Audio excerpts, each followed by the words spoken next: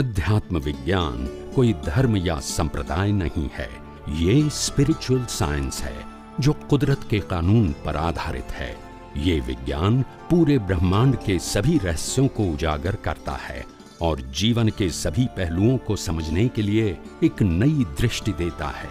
इसी को art of vision कहते हैं, दुनिया को देखने की एक नई दृष्टि, जो अध्यात्म विज्ञानी परम पूज्य स्वामी श्री कमलेशानंद जी के निर्देशन में सनातन सत्य का अनुसंधान कर हमारे जीवन को प्रकाशित करे।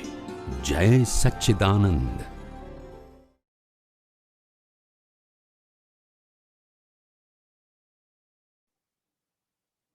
यस। जय सच्चिदानंद स्वामी जी। जय सच्चिदानंद। स्वामी जी, आप बता रहे हैं कि आत्मा में अनंत सुख है। सुख जो आत्मा में है वो तो हमें अनुभव नहीं होता, इंद्रियों के द्वारा ही हमें सुख अनुभव होता है स्वामी जी। तो उसको सुख को अनुभव करने के लिए ऐसा कौन सा प्रयत्न है, कौन सी साइंस है जो हम उसमें लगा सकें? हाँ जी, इंद्रियों के माध्यम से हमें सुख लगता है। इंद्रियों के माध्यम से सुख लगता है वो तो मान्यता है। आपको जिसमें सुख लगता है दूसरे को नहीं लगता है, दूसरे को लगता है उसमें आपको नहीं लगता है, तो इंद्रिय सुख वो तो मान्यता है, हकीकत नहीं है। और आत्मा का सुख तो हकीकत है। कैसे हकीकत है? अगर आत्मा नहीं है तो प्रकृति का अस्तित्व ही नहीं है, और प्रकृति का अस्तित्व नहीं है तो संजोग का अस्तित्व भी नहीं है, तो मान्यता का भी सुख नहीं हो सकता है। यानी सभी प्रश्नों की जड़, सभी अनुभूति की जड़ आत्मा ही तो है।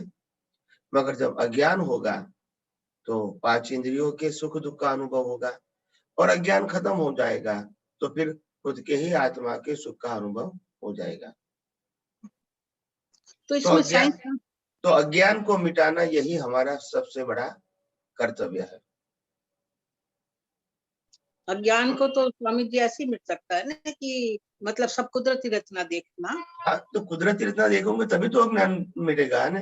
जब रिलेटिव सत्य देखोगे तो अज्ञान कैसे मिटेगा? तो ये इंद्रियों का जो सुख लगता है तो उसमें स्वामी जी साइंस कहाँ फिट होती है? नहीं, इंद्रियों का सुख लगता है तो लगने दो ना, वो अपनी अपनी मान्यता होती है। हमको इंद्रिय और इंद्रियों के पीछे जो बिलीफ है, डिस्चार्ज बिलीफ, इससे भी हमको मुक्त रहना है। तो बिलीफ को भी कुदरती रचना कहना है, और इंद्रिय के स्वभाव को भी हम कुदरती रचना के रूप में देखना है। और हम बिलीफ और इंद्रिय का स्वभाव दोनों से मुक्त ऐसा शुद्धात्मा है, ऐसा पुरुषार्थ लाइव प्रतिष्ठित आत्मा के अंदर होना चाहिए। जी, तो इसमें आत्मा का सुख मतलब हमें अभी प्राप्त नहीं हो सकता है।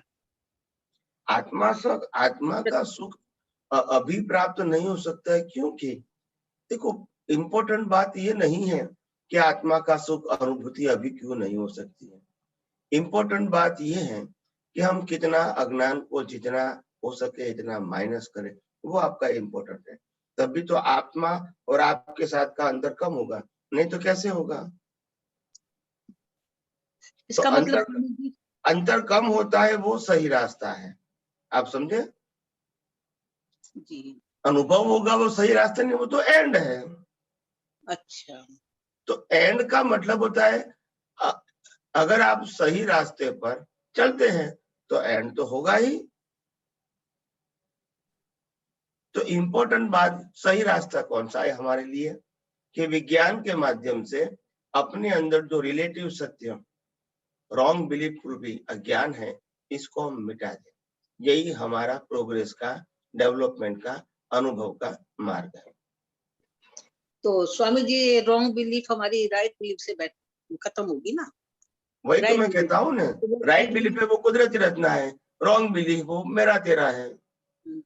तो जो हमारे अंदर बिलीफ पड़ी हुई है इतनी, तो वो सब हमें कुदरती रचना ही देखना है, बस यही सरल रास्ता है। हाँ, सिंपल बात है। जो भी बिलीफ लेकर आए हैं और जो भी अवस्था लेकर आए हैं और जो कुछ भी 5 इंद्रियों से दिखता है, अनुभव में आता है, सभी अवस्थाओं को कुदरती रचना के रूप में ही देखो, क्योंकि अगर नहीं भी देखोगे तो वो कुदरती रचना ही है। जी।